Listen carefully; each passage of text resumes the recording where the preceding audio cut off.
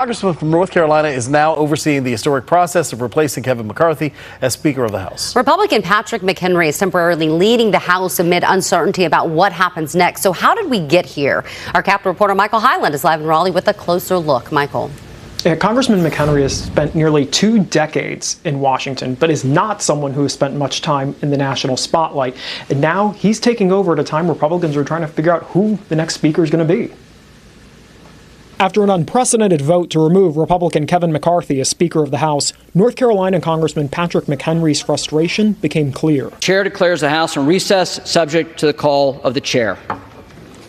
With that forceful bang of the gavel, McHenry said there'd be no more votes for the week as Republicans tried to decide what to do.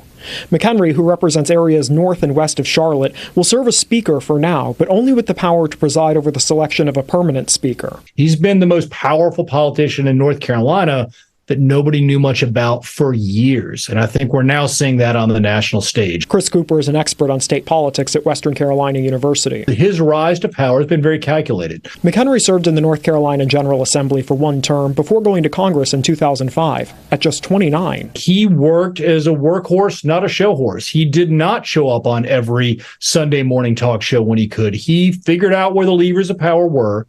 He figured out who accessed them, and he figured out how to get close to those people. He became an ally of Kevin McCarthy and played a key role in negotiating the deal this year that avoided the country defaulting on its debt. As one of his first acts after Tuesday's vote, he kicked former Democratic Speaker Nancy Pelosi out of an office she used. McHenry's office said he wasn't available to comment Wednesday as he focuses on the election of a new speaker. And while some Republicans have announced their intention to run for Speaker, McHenry has not said that's something he's interested in doing.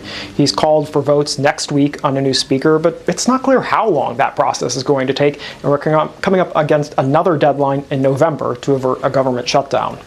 Live in Raleigh, Michael Hyland, CBS 17 News.